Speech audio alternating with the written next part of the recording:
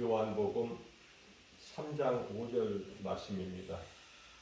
예수님께서 대답하시되 진실로 진실로 내게 이르노니 사람이 물과 성령으로 나지 아니하면은 하나님의 나라에 들어갈 수 없느니라.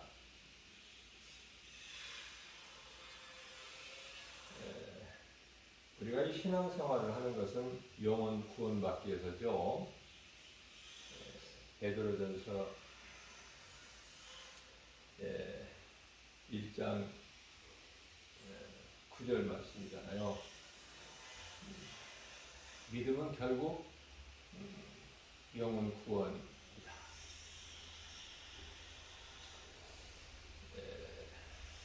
성령 받는 것이 이와 같이 중요한데 베드로전서 1장 23절 말씀을 보면은 너희가 거듭나는 것은 썩어질 씨로 되어지는 것이 아니라 썩지 아니할 씨로 된다고 말씀하시면서 그것은 살아있고 항상 있는 하나님의 말씀이라 이렇게 가르쳐 주고 계십니다. 마태복음 19장 26절 말씀을 보면은 이 성령 받는 거, 또 우리 영혼이 구원받는 거, 예수님을 믿는 거, 이게 사람으로 할 수 있는 것이 아니라고 말씀하세요. 영혼 구원의 주권은 오직 하나님께 있기 때문에 예수께서 말씀하시기를 사람으로서는 할 수 없으나 하나님으로서는 다 하실 수 있다. 하실 수 있느니라 이렇게 말씀을 하고 계시죠. 우리가 이 성령을 받아야 하나님을 기쁘시게 영화롭게 할 수 있는 삶을 살 수 있어요. 우리 예수님께서 마태복음 7장 20절 말씀에서 내가 그날에 와서 너희가 맺는 열매를 보고 너희를 알리라. 너희 각 사람을 알리라 이렇게 말씀하셨거든요. 자, 그러면 예수님께서 여기서 말씀하시는 열매는 어떠한 세상적인 열매가 아니에요. 갈라디아서 5장 22절에서 23절 말씀하신가 성령의 9가지 열매잖아요. 사랑과 희락과 화평과 오래 참음과 자비 양성과 충성과 온유와 절제니 자 이러한 열매를 맺는 일에 우리는 게을리지 않아야 돼요. 예수님을 나의 구주로 믿는다면은 성령을 받아서 내 힘으로 열매를 맺어지는 것이 아니라 성령 받고 행함으로 이러한 성령의 열매를 맺게 되는 거거든요. 성령의 도우심으로 인하여 열매를 맺는 열매라 해서 성령의 열매라 그렇게 말씀을 하고 계시는 거예요. 자, 사람이 참으로 중요한 것은 왜 그렇습니까? 사람은 원래 악한 사람이 없어요. 모두가 다 정말 아름답고 선하고 또 하나님께서 사람을 만드실 때 모든 사람을 정직하게 만드셨다고 그래요. 전도서 7장 29절 말씀이죠. 그런데 사람 스스로가 잔꾀를 부렸느니라 이렇게 말씀하셔요. 사람들 보면은 그 아름다운 모습을 가졌으면서도 그 속에는 아담의 죄로 인하여 죄성, 악성, 독성으로 가득해가지고 얼마나 탐심 있고 음심이 있고 원망, 시기, 질투 그런 더러운 마음이 있습니까? 하나님께서 전도서 3장 11절 말씀을 보게 되면은 하나님이 모든 것을 지으시되 피조물을 말씀하시는 거예요. 자, 그 가운데 가장 걸작품으로 지음받은 사람은 영원을 사모하는, 영원이에요. 영원한 것을 사모하는 마음을 주셨다고 말씀하십니다.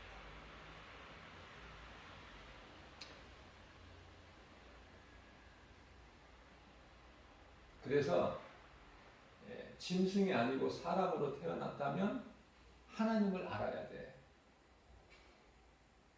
우리 인생길에서 하나님과 교통이 이루어져야 돼요. 그래야 되어지는 인생이 돼요. 그래야 우리 영혼이 잘 되고, 영혼이 잘 돼야 영육이 강건하고 모든 생활 범사가 잘 되거든요. 이게 하나님의 섭리고 뜻이에요.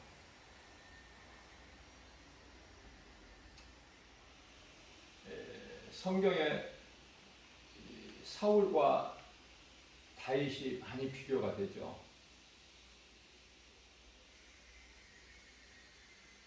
사무엘상 16장 14절 말씀을 보게 되면은 하나님의 영이 사울에게서 떠나고, 사울 왕이라고도 하지도 않아요. 사울이야 그냥.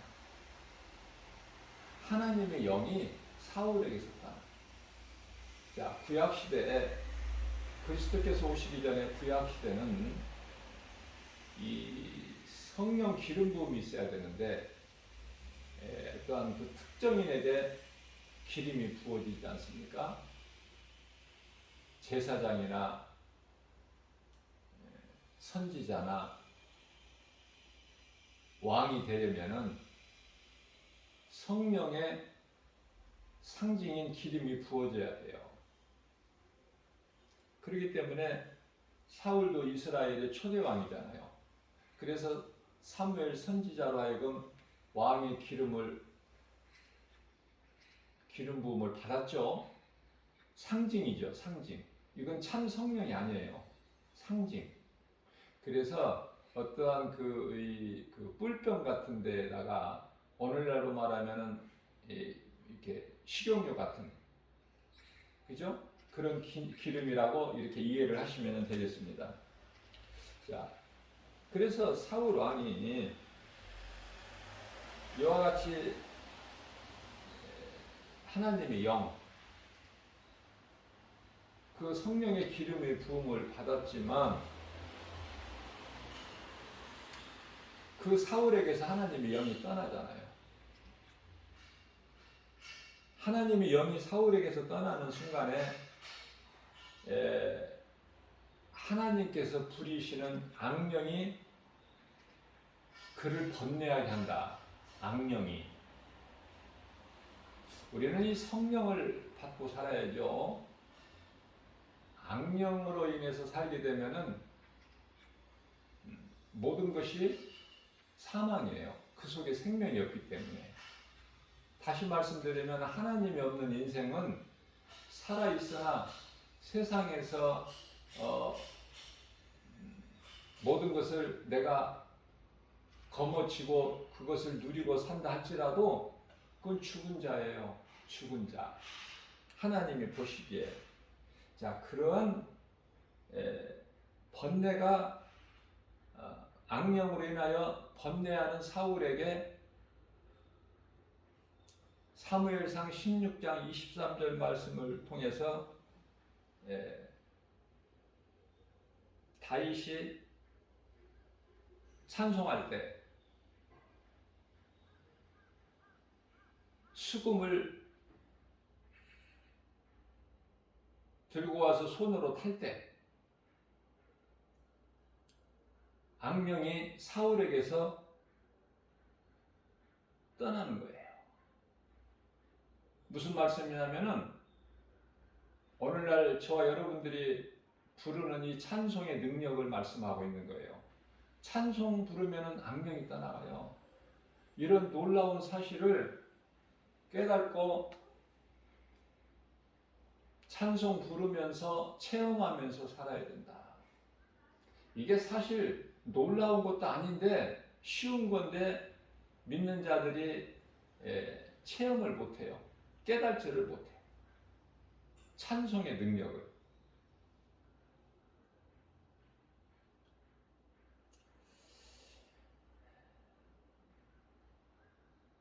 하나님의 말씀으로 성령을 받게 된다. 성령은 곧 하나님의 말씀이니 말씀을 가까이 하지 아니하면은 그 신앙은 병든 신앙이라고 보면 돼요. 다시 말하면 믿음이 자랄 수 없는 안전뱅이 신앙이 되어버린다. 안전뱅이. 머물러 있어버려. 이게 죽은 신앙이야. 자라지를 못하면 죽은 신앙 아닙니까? 생명이 있으면 자라요. 하나님의 말씀이 그 믿는 자, 그 사람 속에 들어가 있으면 말씀이 살아있잖아요. 말씀이 죽은 말씀입니까? 하나님께서 죽은 자의 하나님이시다 그 말이에요. 히브리서 4장 12절 말씀입니다. 하나님의 말씀은 살아있고 움직여. 운동력 있어. 좌우날선 어떤 검보다도 예리하여 혼과 영과 관절 및 골수를 찔러 쪼개기까지 하시며 우리의 생각과 마음을 지키실 뿐만이 아니라 감찰하고 계신다. 그렇게 말씀을 하고 있어요. 자, 그렇기 때문에 전도서 3장 12절 말씀을 보게 되면은 사람들이 사는 동안에 기뻐하며 선을 행하는 것보다 더 나은 것이 없다는 것을 솔로몬이 깨달은 거예요. 늦게.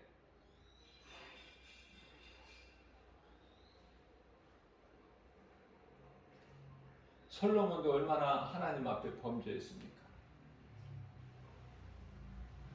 그 아버지 다윗이 하나님께 범죄한 것 같이. 그래서 무슨 말씀이냐면은 우리에게 위로가 되는데요. 우리는 연약하기 때문에 넘어질 수밖에 없어. 예수님을 믿어도. 그래서 우리는 성령을 따라서 행해야 돼요. 앞서 말씀 전한 대로 다윗 왕도 성령이 참 성령이 아니에요. 솔로몬도 마찬가지고. 그러나 이제 우리 예수님께서 인간의 몸으로 오셔서 우리 저주를 다 뒤집어 쓰셨잖아. 우리의 모든 죄와 허물을 다 짊어지셨잖아요. 우리 연약함과 질병까지도 다 짊어지셨잖아요. 이사야서 53장 4절에서 6절 말씀이잖아요. 십자가를 통해서.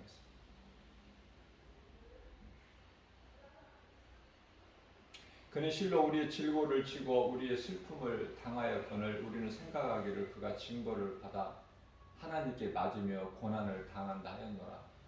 그가 찔림은 우리의 허물 때문이요 그가 상함은 우리의 죄악 때문이라.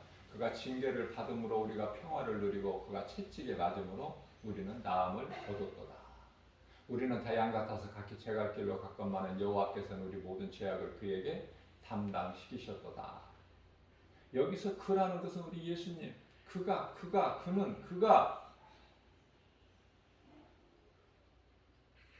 여호와께서 우리의 모든 죄를 그에게 담당시키셨다.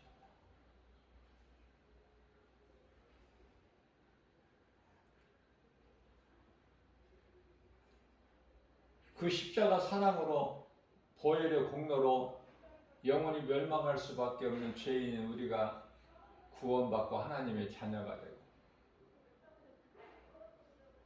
그 기쁨으로 우리가 주님을 찬송하는 삶을 사는 거 아닙니까? 그러한 예수님께서 이제 인간의 몸을 오셔서 모든 문제를 해결해 주셨기 때문에 요한복음 19장 30절에서 모든 문제 해결자 되신 예수님 안에 구속 안에만 있으면 이제 상징적인 구약 시대의 그 기름 부음이 아니라 참 성령 보혜사 우리 연약하고 하시고 예수님께서 승천하시고 10일 만에 보내주신 성령을 받아 사는 거예요. 그러면 갈라디아서 5장 16절에서 말씀하고 있는 너희는 성령을 따라 살아라. 그러므로 너희는 성령을 따라 행하라. 그리하면 너의 모든 육체의 소욕을 이루지 아니하리라. 이제 그 성령은 제자들에게 성령이 임하셨고 마가다락방에서 기도하고 있는 제자들에게, 또 고린도전서 15장 8절 이하 9절이죠. 만삭되지 못한 채 태어난 나 같은 작은 자에게도 예수님께서 나를 만나 주셨고, 내가 주님께 받은 은혜 감사하여 더 내가 열심히 다른 사도들보다 일할 수가 있었고, 내가 나 된 것은 하나님의 은혜라. 내가 한 것이 아니라 내 속에 계신 성령님이 하셨다고 고백하잖아요. 그렇지 않습니까? 그러한 제자들이나 12제자들을 지금 말씀하고 있는 거예요. 또 가장 늦게 만난 부활하신 예수님을 담에색 도상에서 만난 사도 바울이나, 그들은 하나같이 다 어때요? 다윗이나 그의 아들 솔로몬이 하나님께 범죄한 것 같이 범죄했느냐 그 말이에요. 참 성령과 성령의 그 하나의 상징적인 기름을 받은 구약시대의 믿음의 선진들과 다르죠? 범죄하지 않아요. 12제자와 사도 바울은 결코. 그대로 생명까지도 아끼지 아니하고 믿음으로 살다가 순교하잖아요. 그 성령이 들어와 계시기 때문에 성령의 역사야. 그래서 육체의 소욕을 이겨주시는 거예요. 성령님이. 내가 이길 수가 없어요. 우리는 예수를 믿어도 여전히 우리의 속에는, 마음속에는 죄성, 악성, 독성이라는 이 죄 쓴뿌리가 있기 때문에, 그래서 죄 쓴뿌리로 인해서 성령 받지 못한 다윗이나 솔로몬이나 또 12사도 중에 수제자인 베드로도 예수를 모른다고 그것도 3번 부인하잖아요. 그와 같이 하나님께 범죄하게 된 것은 성령을 받지 못해서. 그래서 오늘날에도 교회는 다니지만 성령을 받지 못한 상태라면은 늘 넘어지고 자빠지고 엎드려지고 낙심하게 되고 포기하게 되고 결국은 믿음에서 떠나게 되고 믿음이 자라지도 못하고 몇십 년 교회를 다녔어도 복음도 모르고 성령도 모르고 성령이 있음도 모르고 그저 교회만 다니면 되는 줄 알고, 그죠? 그런 사람들이 무수히 많아요. 전도서 3장 13절 말씀입니다.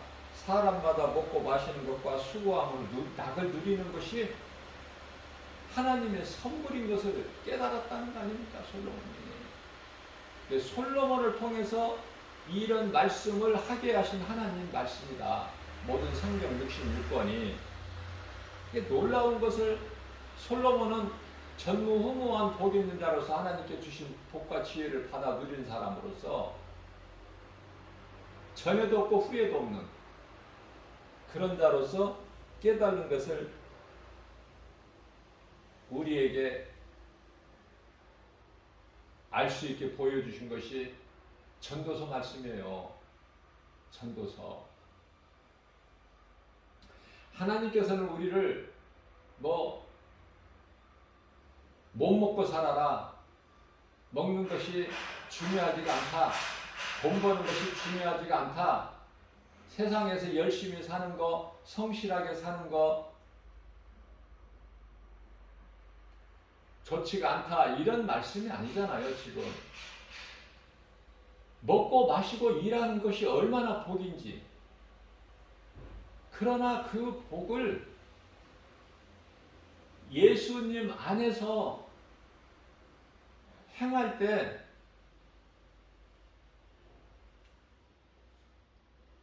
참 기쁨과 평안이 있게 되고 그것이 하나님이 기뻐하신 뜻이라는 것이잖아요. 하나님이 기뻐하신 뜻이다.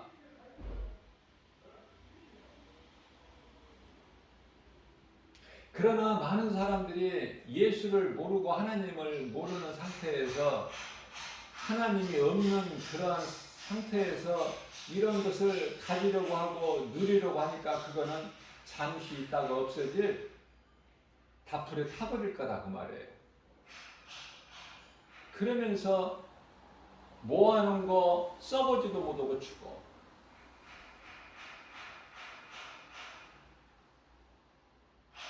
부자들이 자기가 모아놓은 것을 쓰고 죽느냐고 말해요. 써보지도 못해. 그러면서 나는 부자다. 부자다. 그게 부자입니까 그게? 어리석은 자지. 그 예수님께서 그런 부자에게 찾아오셔서, 야, 내가 오늘 밤 내 생명을 거두어 가면은 네가 자랑하는 것이 이것이 누구 것이 되겠느냐? 우리가 이 땅에 사는 동안에 가족이라는 이 구성이 있는 것이지, 몸이 죽어버리고 영혼이 죽어버린 이후에 천국 가서는 가족이라는 게 없어요. 다 그냥 하나님의 자녀야, 신분이. 뭐 가족이 있는 게 아니야. 아내, 남편 이런 거 없다니까.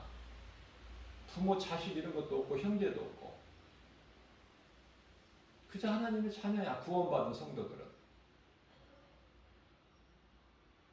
이제 이 땅에 살면서 주를 위하여 사는 제자들이나 사도 바울이나 그 순교자들은 이제 예수님의 신부가 될 뿐만 아니라 왕 노릇을 할 뿐만 아니라 그들은 이제 로얄 그룹으로, 그들은 지도자죠. 지도자. 그래서 천국에도 여러 계층이 있어요. 그러니까 내가 몸으로 사는 동안에 어떻게 사느냐에 따라서, 잠시 사는 이 땅에서 어떻게 사느냐에, 몸이 있을 동안에 사느냐에 따라서 영원히 누릴 천국에서 내 위치가 정해진다 그 말이에요. 계급이, 쉽게 이야기하면 이 땅에서 어때요? 살아가는 사람들의 그 레벨이 다 다르잖아요. 마찬가지인 거예요. 여러 레벨이 있어. 또 구원받지 못하고 지옥 불못에 던져진 자들도, 지옥도 같은 지옥이 아니라 그 불의 뜨거운 온도가 그 지옥 불구덩이 속에 깊이가 다 다르다니까. 깊이가. 물론 사탄과 또 그 따르는 사자들, 소위 말하는 귀신들, 그리고 요한계시록 13장에 나오는 두 짐승, 적그리스도, 거짓 선지자, 이들이 이제 제일 밑바닥에 있는 거야. 지옥 불못 속에, 불구덩이 속에서도 가장 밑바닥에.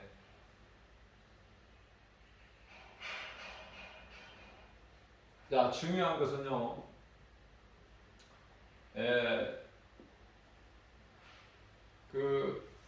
우리나라에 복음이 들어온 지가 뭐 불과 한 30여 년 정도 되나요? 그죠?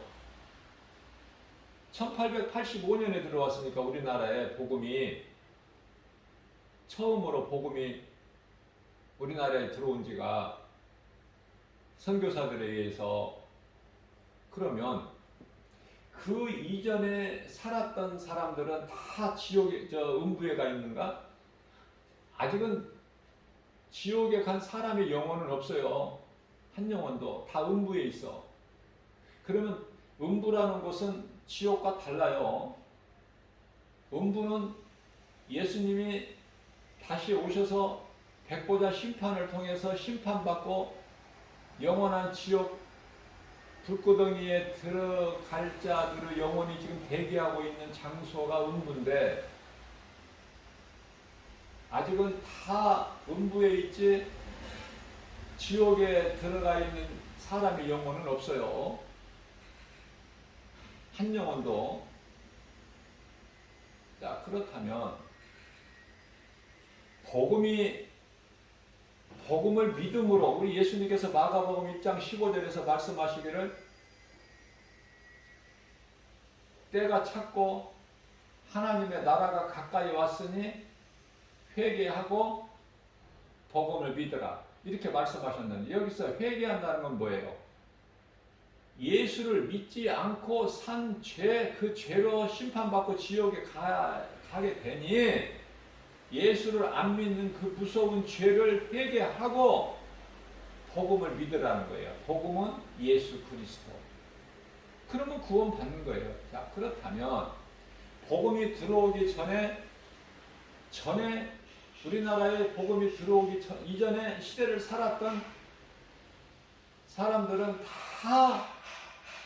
모두가 다 음부에가 들어가 있는가? 그렇지 않아요. 성령님이 중요한 것을 깨닫게 해주셨는데요. 알기를 사모하니까. 정말 자기가 욕심 부리지 않고 자기가 잘 살기 위해서 탐심하지 않고 정욕적으로 살지도 않고 나를 위하고 민족을 위하고 이웃을 위하고 남을 위한 그런 삶을 살다가 충성되게 살다가 자기 몸을 버리는 그 충성하고 헌신한 그러한 자들의 영혼은 지금 음부에 있느냐 그 말이에요.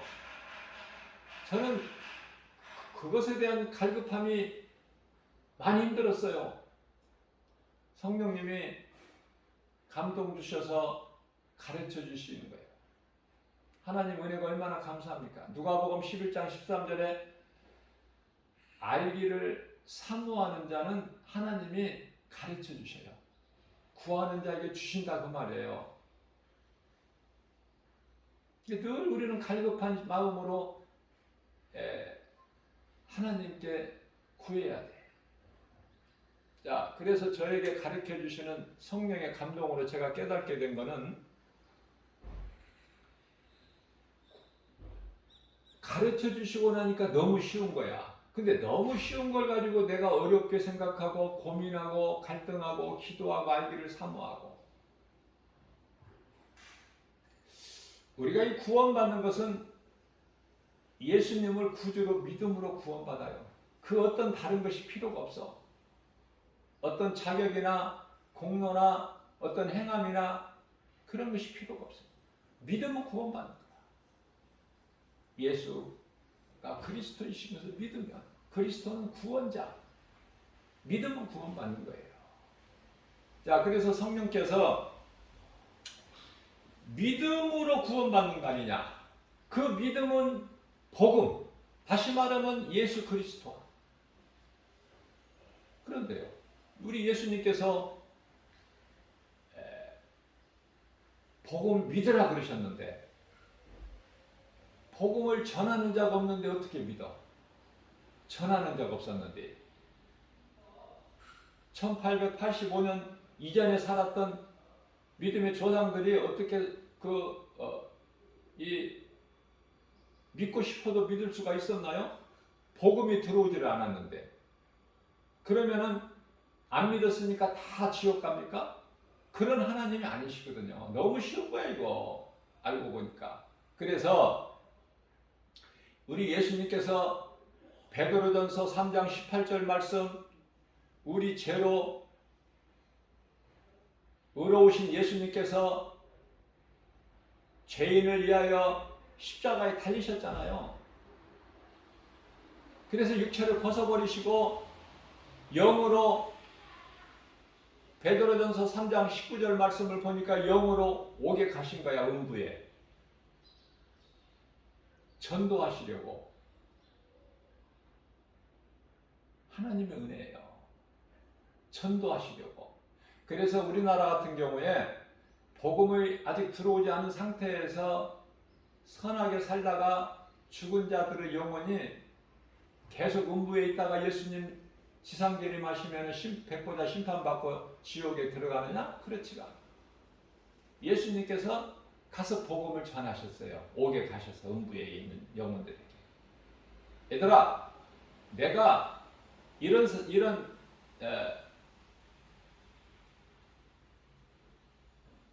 예수 그리스도야. 내가 너희를 구원할 자, 나를 믿으면 구원받아. 내가 십자가에 달리고 내가 육체를 벗어버리고 내가 인간으로 내가 너희를 구원하려고 인간으로 와서 내가 너희 죄와 허물을 다 대신 담당하고 십자가에 내가 달려서 내 육체를 벗어버리고 내가 이제 영으로 너희에게 와서 이 복음을 전하니 나는 예수 그리스도다. 그러니까 그 죽은 자들의 영혼이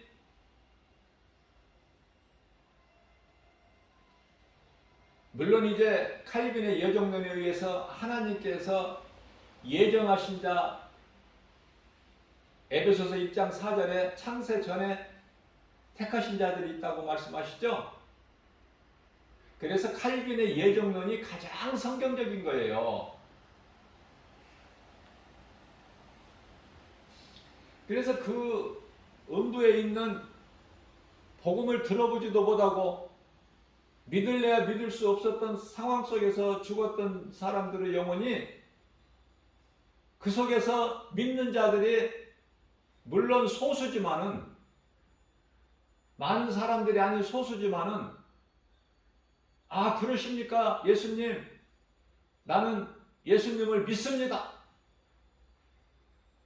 이렇게 고백하는 사람들이 있을 거 아니에요. 영혼들 그 사람들 영혼들 중에 그 사람들을 다 구약시대 우리가 알고 있는 뭐 아브라함이나 이삭이나 야곱이나 아담을 비롯해서 뭐 다윗이나 익히 알려져서 다 누구나 알고 있는 그런 믿음의 선진들만 낙원으로 영혼을 옮기신 것이 아니라 제가 앞서 말씀 전한 대로 복음을 듣지 못해서 듣기 전에 죽은 자들의 영혼이 낙원으로 옮겨진 거 아닙니까? 안 믿는 자는 여전히 안 믿고 안 믿는 자는 자 무슨 말씀이냐면 이해를 돕기 위해서 성령님이 이 시간에 지금 조명을 해주시기를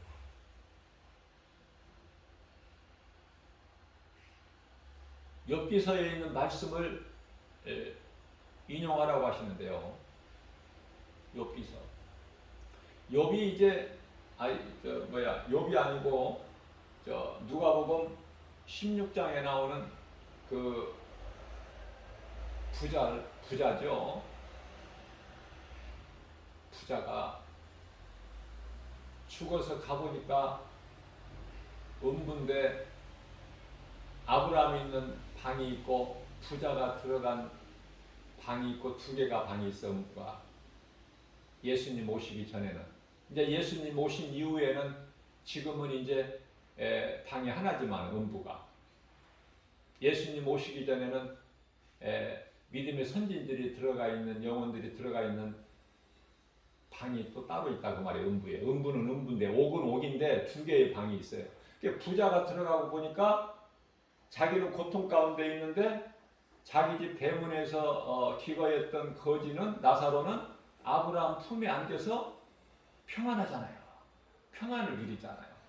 그래서 부자가 그곳에 가서 깨닫고 아브라함에게 구하기를 내 아버지 아브라함이시여 내 집에 5 형제가 있는데 다시 말하면 가족을 얘기하는 거예요. 내 가족 5명이 있는데 절대 이곳에 오면 안 되니까 나사로를 시켜서 가서 좀 전하게 좀 해주세요. 그러니까 아브라함이 뭐라고 그래요?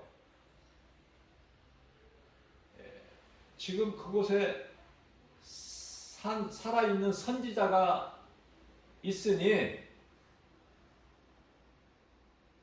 선지자의 말을 믿지 않는 자는 죽은 나사로가, 그것도 거지가 가서 말한다고 해서 그들이 믿겠느냐. 이게 하나님 말씀이다 그 말이에요. 아브라함을 통해서. 그죠? 이해가 좀 쉽게 되나요? 그러니까 안 믿는 사람은 예수님이 십자가에 달리시고 영으로 가셔서 오개 음부에 가셔서 내가 그리스도다, 내가 십자가에 달려 너희 죄로 죽고 내 육체를 벗어버리고 영으로 내가 너희에게 와서 이 복음을 전하니 복음을 듣지 못하고 죽은 자들을 영혼들아 내가 예수 그리스도다, 너희를 구원할 자다. 이랬을 때 아멘, 예수님 믿습니다, 기뻐하는 사람들의 영혼은 다 낙원으로 아브라함과 함께 다 옮겨졌고, 여전히 안 믿는 자들은 안 믿어. 안 믿어. 예수님이 내가 그리스도라고 해도 안 믿어. 그들은 여전히 지금 음부에 있는 거에 대기하고.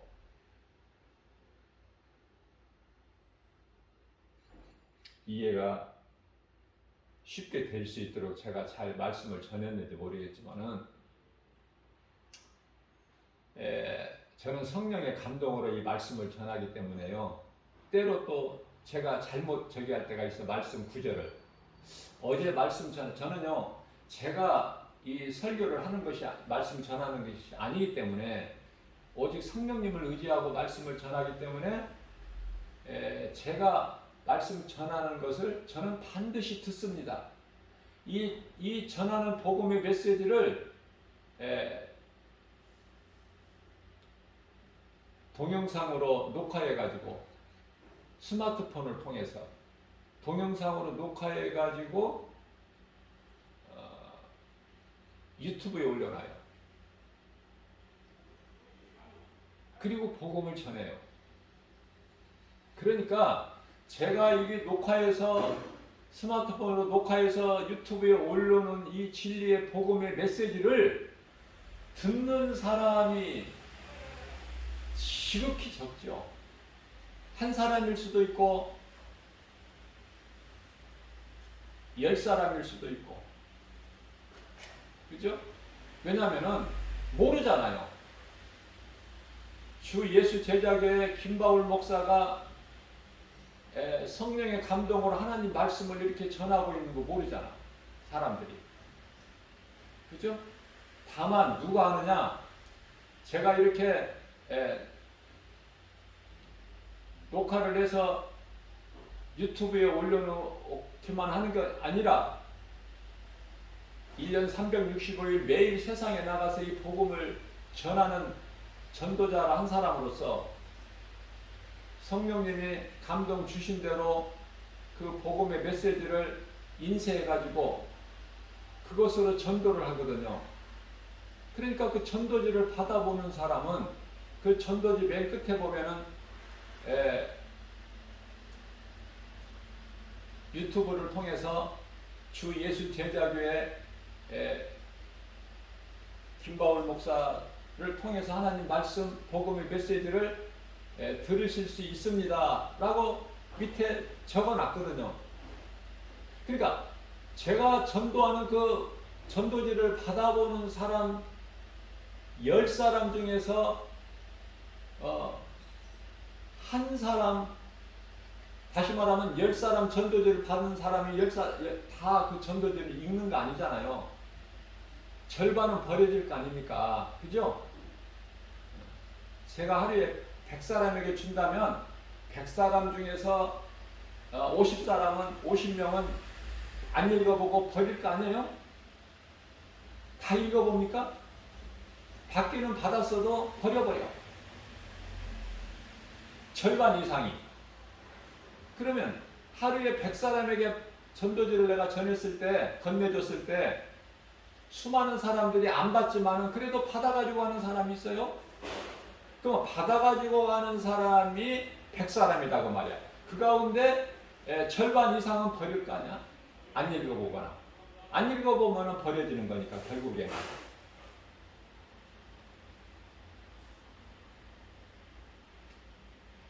그러면은 그 50명이 절반이 버려지고 안 읽어보고 50명이 읽어봤다고 합시다. 읽어봤다고 했을 때에 그 가운데서 그 복음의 메시지를 전도지를 통해서 받아서 읽어보고 은혜가 돼서 말씀을 더 들어봐야 되겠다는 마음으로 유튜브에 들어가서 주 예수 제자교회 클릭해가지고 김바울 목사 통해서 선포되는 이 말씀을 듣는 자가 10분의 1이라면 10사람 중에 1명이라면 5명이 들어야 될 거 아니야, 하루에. 5명이. 근데 5명이 될 때도 있고 안 될 때도 있고 그래요. 저는 그런 거 가지고 낙심하지 않아요. 포기하지도 않고 저는 할 일만 하는 거야. 한 사람이라도 듣는다는 것이 하나님의 은혜고 얼마나 기쁘고 감사할 일입니까? 우리 하나님은 한 영혼에 관심이 있는데 누가복음 15장 7절에 이 땅에서 죄인 한 사람이 회개하고 예수 그리스도를 믿으면 하늘에 있는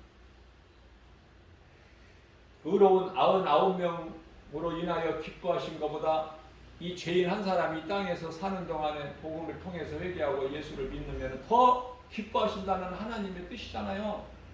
얼마나 힘이 되는지 몰라요. 저는 큰 것을 생각하지 않고 큰 거 바라지도 않고 한 영혼 한 영혼이에요. 한 영혼. 그래서 제가 이 가끔 말씀을 전하다가 보면은 불쑥 그냥 말씀 구절이 잘못 나올 수가 있어. 어제 말씀 전한 것도 제가 들어보니까 너무 흥분돼가지고 막 이렇게 빨리 전하다가 보니까 그 그리스도를 가장한 적그리스도가 이 신발 탄 자가 나오는데 요한계시록 6장인데요. 제가 13장 그 두 짐승을 설교하면서 13장이라고 그런 건데요. 이렇게 잘못 성경 구절이 잘못 이렇게 말하게 될 수도 있지만은 듣는 여러분들이 그런 것으로 시험 들지 마시고 내가 거짓말을 잘못 전하는 것이 아니라 성경 몇 장 몇 절 그거를 내가 이렇게 잘못 말할 수가 있다 그 말이에요. 물론 성령의 감동으로 하는 거지만은 그럴 때가 있으니까 제가 더 그런 것을 더 깨닫게 될 때 내가 이거 잘못 말했구나 구절을 성경 구절을 그래서 더 겸손한 마음으로 성령님 제가 요한계시록 6장인데 13장이라고 말을 했네요. 그리고 그 성경 구절도 정확하게 할 수 있도록 성령님 도와주세요. 나는 내 힘으로는 못합니다. 말씀을 날마다 암송을 한다고 해도 다 암송할 수는 없잖아요. 그러면 암송을 안 하게 되면 어떤 때는 또 이렇게 잘 생각이 안 날 때도 있어요. 이 말씀을 꼭 이 성경 구절을 인용해서 말씀을 전하고 싶은데 생각이 안 날 때가 있다니까 순간적으로. 그때는 답답해요. 그런데 이제 깨닫게 해주시고 성령님이 탁 조명해 주실 때가 있고 또 말씀 끝날 때까지 성령님이 또 안 도와주시면은 그 말씀을 전하고 싶은 말씀을 못 전하고 어떤 때는 또 내 생각으로 성경 구절을 하다 보면은 바르게 하지 못할 때가 가끔 한 번씩 있다니까요. 그런 걸 좀 이해하시고 그런 것으로 시험 들지 마시라고 말씀을 드리고 싶어요. 자, 중요한 것은 우리는 지금 또 강조하지 않을 수가 없는 것이 두 짐승의 시대를 살고 있다 그 말이에요. 두 짐승의 시대. 이거는 이제 그리스도를 흉내내는 가장한 적그리스도 요한계시록 6장이 아니라 요한계시록 13장에서 두 짐승 시대를 살고 있어요. 그렇기 때문에 이 두 짐승의 시대는 광명한 천사같이 와서 믿음이 연약한 어린아이 신앙을 가진 성도들을 미혹하거든요. 고린도후서 11장 14절 말씀. 그죠? 광명한 천사같이 와서 미혹해요. 그거 이상한 일이 아니라니까요. 우리 예수님께서 말씀하신 것이 다 이루어진 거예요. 말씀하신 것이. 마태복음 24장 4절 말씀입니다. 너희가 사람의 미혹을 받지 않도록 주의하라. 이미 예수님이 감람산 설교를 통해서 다 가르쳐 주신 말씀이라니까요. 마태복음 24장, 25장은 감람산 설교잖아요. 더 어떤 말씀보다도 더 우리가 깨닫고 마음에 새겨야 돼요. 감람산 설교는. 왜냐하면 고난주간 중에 목요일 날 밤에 이제 제자들에게 마지막 만찬을 베풀어 주시고 무리들에게 붙잡히시고 가야바 대제사장 집에 뜰에 끌려가셔서 고난당하시고 가진 고초 수모를 조롱을 당하시잖아. 다음 날 이제 빌라도 법정에 서서 사형 선고를 언도받고 이제는 십자가에 달리시잖아. 금요일 날 오전 9시에. 그래서 오후 3시까지 달리시고 3시에 육체를 벗어버리시죠? 그죠? 자, 그러면 예수님께서 부활하실 때까지 주일 새벽까지 그 어두운 무덤에 계셨느냐 그 말이에요. 어린아이 신앙들은 그렇게만 알고 있어. 그리스도인 90% 이상이 그렇게 알고 있어요. 무덤에 계신 것으로. 무덤에 계시지 않아요. 하나님은 예수님은 말씀이에요. 말씀은 빛이시고 어둠에 매여 있을 수가 없고 가둬놓을 수가 없고 디모데후서 2장 9절 말씀이죠. 하나님의 말씀은 매일 수가 없는 거예요. 매일 수가 없어. 그죠? 무덤에다가 가두어 둘 수가 없어요. 앞서 말씀드린 대로 음부 옥에 가셔서 영으로 가셔서 그들의 영혼을 복음을 듣지 못한 영혼들 그들을 또 믿음의 선진들 그들의 영혼을 다 낙원으로 옮겨 주셨다고 제가 말씀 전했잖아요. 지금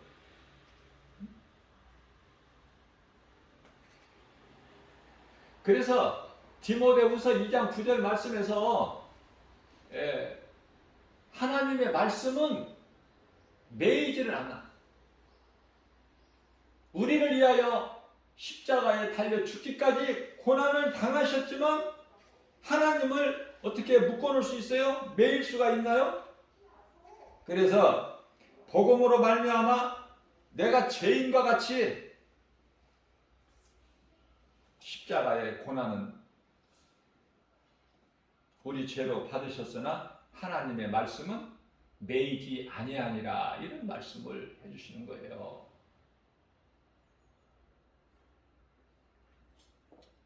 고린도전서 15장 4절에서 말씀하고 있는 바 성경대로 장사 지낸 바 되셨다가 성경대로 그 말씀을 이루시기 위하여 성경대로 장사 지낸 바 되셨다가 장사 지낸 거 아니에요. 장사 지낸 바야. 하나님이 어떻게 죽어? 생각해 보세요. 하나님이 어떻게 저주를 받아? 우리 예수님은 하나님이신데 창조주 삼위 하나님 가운데 성자 아들로 오신 하나님이신데 그죠? 그렇기 때문에 갈라디아서 3장 13절 말씀에서도 우리 예수님은 저주를 받으실 수가 없는 거야. 저주를 받은 바 되사 십자가에 달리신 거예요. 우리 죄로, 우리의 저주로. 믿음이 자라야 제가 조금 어렵더라도 이렇게 전할 수가 있어요. 쉽게 가르쳐 줄 수가 있다고 말해요. 믿음이 어린아이 신앙에게 조금 너무 단단한 음식을 줄 수 없잖아요. 히브리서 5장 14절에서 말씀한 것처럼 하나님의 말씀은 단단한 음식도 있다는 거야. 믿음이 자라야 먹을 수 있는. 믿음이 자라지 못하면 어린아이 신앙에 머물러 있으면 어린아이가 먹을 수 있는 음식만 주시는 거예요. 예수님이.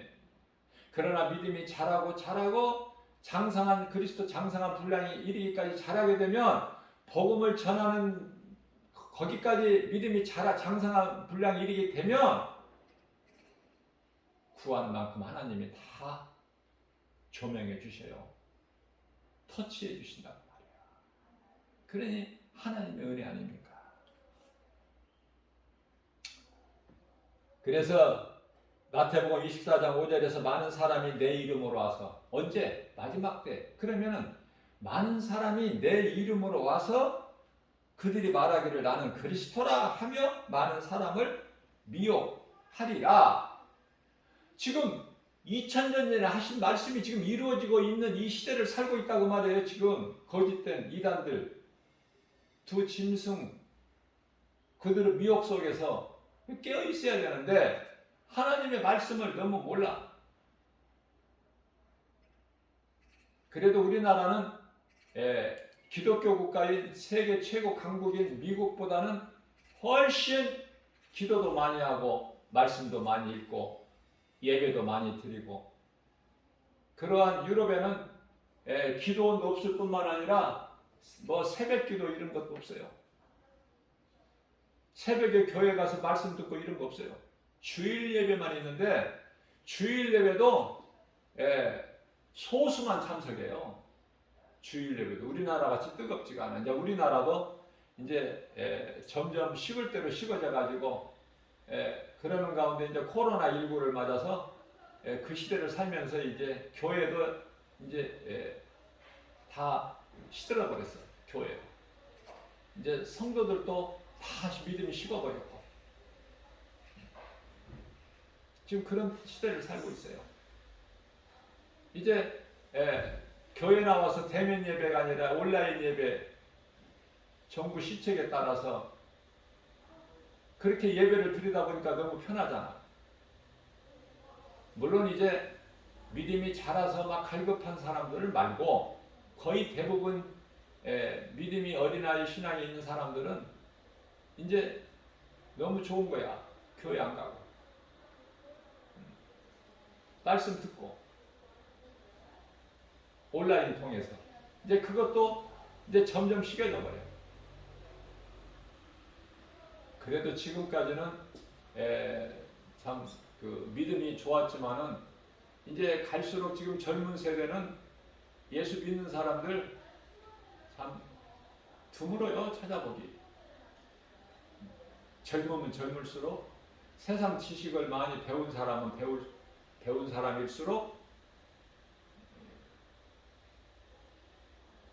자기가 가진 지혜나 지식을 자랑하지 예수 안 믿어요. 예수님 믿지를 않고 예수를 안 믿으니까 예수님이 주시는 그 지식도 없고 지혜도 없고 영원히 사는 영생을 얻는 지식과 지혜가 없으니 오직 성경을 통해서만 얻을 수 있는 그러한 지식과 지혜가 없으니 그 인생은 어리석은 인생이고 안 될 수밖에 없고 세상에서 성공하고 잘 됐다고 해도 자랑할 것이 없으니 그러한 인생을 살고 있어요. 어제 저는 뉴스를 보면서 놀라운 것을 하나 알게 됐는데 지금 우리나라의 이 1세대가 혼자 사는 가정이 40% 이상이야. 놀랐어요, 나는. 혼자 사는 가정. 이제 결혼도 안 하고 결혼해도 아이도 안 낳고 그냥 두 사람이 사는 가족이 또 많고. 옛날에는 어땠어요? 우리 어렸을 때만 해도 몇십 년 전만 해도 그저 방 하나에 그냥 형제들이 많았고 다 한 입을 덮고 자고 그 속에서 아웅다웅 하면서 뭐 먹을 것도 부족했던 시대. 참 행복했던 것 같아요. 오늘날에는 그런 걸 못 찾아봐. 더 갈등하고 점점 이제 예수님 오실 때가 되니까 사랑도 식어져 버리고 교회에서 참 사랑이니 복음을 안 가르쳐. 사랑을 못 누려.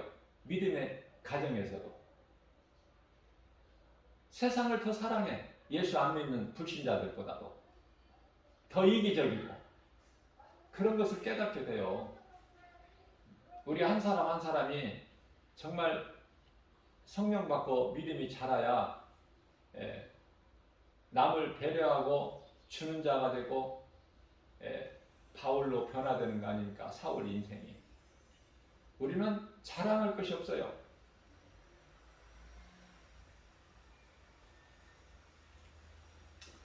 우리는요, 아무리 의를 행한다 하더라도 우리가 행하는 의는요, 이사야서 64장 6절인가요? 그 더러운 걸레 조각에 불과하다는 거야. 우리가 행하는 의가, 우리가 자랑하는 의가 더러운 걸레 조각에 불과하다. 그러니 우리가 자랑할 것이 뭐가 있습니까?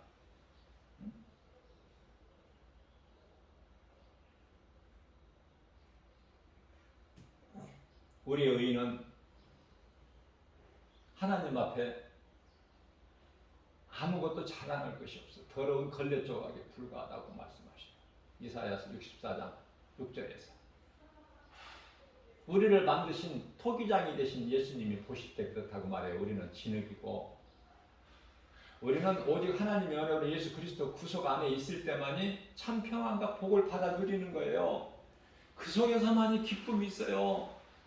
왜냐하면 모든 것이 사랑으로 이루어지기 때문에 그 사랑은 참 사랑, 그리스도께서 우리를 로마서 5장 8절 말씀을 통해서 십자가에 달려 죽기까지 우리를 사랑하신 그 사랑, 그러나 조건도 없는 아가페 사랑, 그 사랑.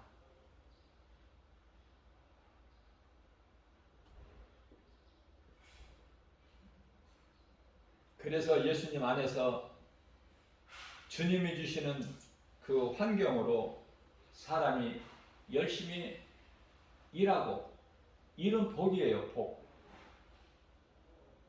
일도 할 수 있을 때 해야 돼. 열심히 일하고 또 먹고 또 마시고 수고하면서 낙을 누리는 것이 하나님의 선물이구나. 그걸 솔로몬이 깨달았다니까.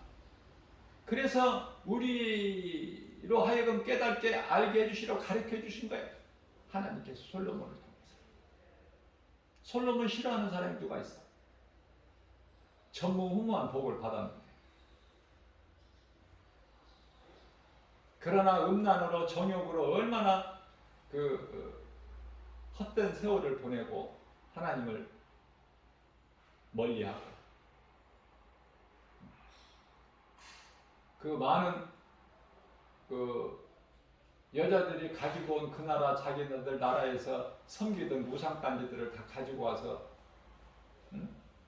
그것을 섬기는데 솔로몬도 거기서 헤어나오지를 못하고 그래서 이 결혼이라는 것이 중요한데요. 믿는 사람은 믿는 사람과 결혼해야 돼. 왜냐하면은 서로 사랑하다 보면 좋아하다 보면은 두 사람 중에서 한 사람을 믿는데 한 사람 불신자야. 그러면은 그들이 흔히 말하기를 남편 될 사람이나 아내 될 사람이 부모에게 말하기를 내가 잘 전도해서 예수 믿게 할 것입니다. 이렇게 하지만은 그 사람의 생각이지 그게 쉽게 되는 게 아니야. 솔로몬은 자신이 그냥 거기에 빠져버려. 우상 섬기는 일에. 그렇게 된다니까. 안 믿는 사람을 믿는 사람이 전도해가지고 부부라고 해서 같이 교회 나가고 예수님을 구주로 믿고 신앙생활 하기가 어렵고 안 믿는 쪽으로 가버려. 이제 따라서 같이. 안 믿는 남편을 따라서 안 믿는 아내를 따라서. 물론 다 그러는 건 아니지만 좋은 결과가 나올 수도 있지만은 대부분이 그렇다고 말해요. 그래서 우리가 몰라서 귀신에게 속아서 안 믿는 사람하고 결혼하고 예수를 모르는 상태에서 결혼하게 되고 그렇게 되지만은 정말 예수님을 결혼하기 전에 믿어서 믿는 배우자 만나서 가정을 이루는 것이 얼마나 좋은데요.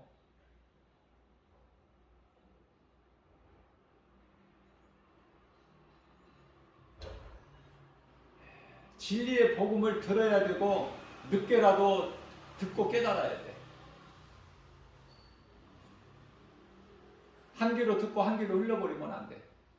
하나님 손해나는 것이 아니라 복음을 듣지 못하고 복음을 믿지 못하는 자의 손해야. 하나님이 뭘 손해나? 하나님은요, 광야의 돌들을 가지고 다 떡덩이가 되게 하실 수도 있어. 천군 천사, 하늘에 있는 천군 천사뿐만 아니라 그거를 몇 배로 더 늘릴 수도 있어. 수를 능치 못함이 없는 전능자시기 때문에. 사람은 창세기에서 1장 26절에서 하나님의 형상과 모양대로 지음받은 피조물, 모든 피조물 중에 만물을, 창세기에서 2장 1절에 만물을 하나님께서 다 지으셨는데, 창세기에서 1장 31절에서 지으신 모든 것을 보시니 보시기에 심히 좋았더라 기뻐하셨는데, 그 가운데 사람이라는 이 존재는 하나님께서 걸작품으로 만드셨어. 우리가 이 사람을 한번 대할 때 하나님 말씀을 비춰서 볼 때 사람이 얼마나 아름답고 존귀합니까? 예수를 안 믿어도 우리는 사랑해야 돼. 미워하지 말고. 왜냐하면 예수를 안 믿는 것이 그 사람이 그러는 것이 아니라 그 사람 속에 있는 죄가 그래. 죄. 그래서 우리 예수님 원수까지도 사랑하라고 그러셨잖아. 예수 안 믿는 사람은 불쌍하니까 예수 믿으라고 해야 되고, 예수 안 믿어도 사랑해야 돼. 예수 안 믿어도. 우리가 예수님을 믿어서 예수님이 십자가에 달리셨나요?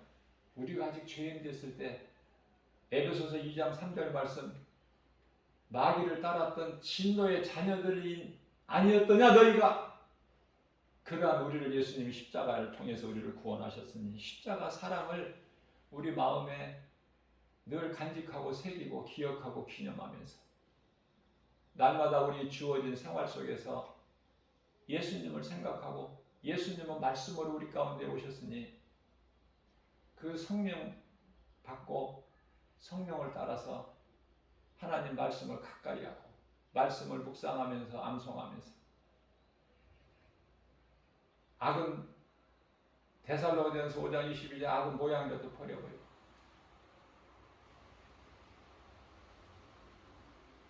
예수님이 다시 올 때까지 너희 몸과 영과 혼을 잘 보존하라 흠이 없게 하셨잖아요.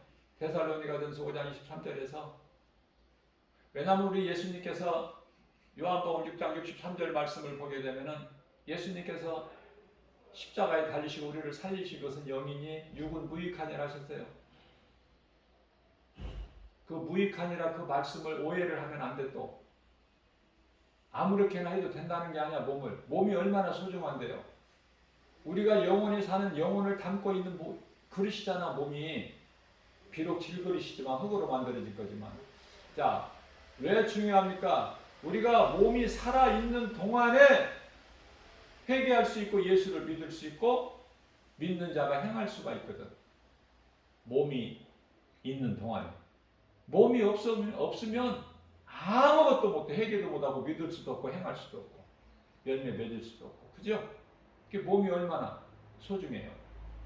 몸이 있을 동안에 예수님을 나의 구주로 믿는다는 거 복이고, 또 몸이 있을 동안에 내가 주님 말씀 순종해서 겸손함으로 행할 때 그 열매를 통해서 우리 예수께서 영광 받으시고 기뻐하시기 때문에 예수님을 기뻐하시는 삶을 살기만 하면 최고의 인생의 성공자요 복 있는 자로서 그 은혜가 충만하고 우리 생활 속에서 성령의 역사하심이 날마다 드러나는 거예요.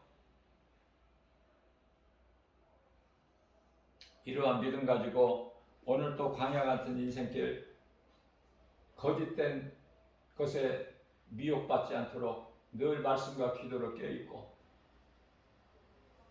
요한일서 4장 1절에서 말씀하고 있는 하나님 말씀을 통해서 무엇이 진리고 무엇이 거짓이고 무엇이 성령이고 무엇이 악령인지 분별하면서 그 영분별의 능력을 가지고 오직 예수의 이름으로 모든 일에 승리하고 나가는 저와 여러분들 되시기를 주님의 이름으로 축복합니다.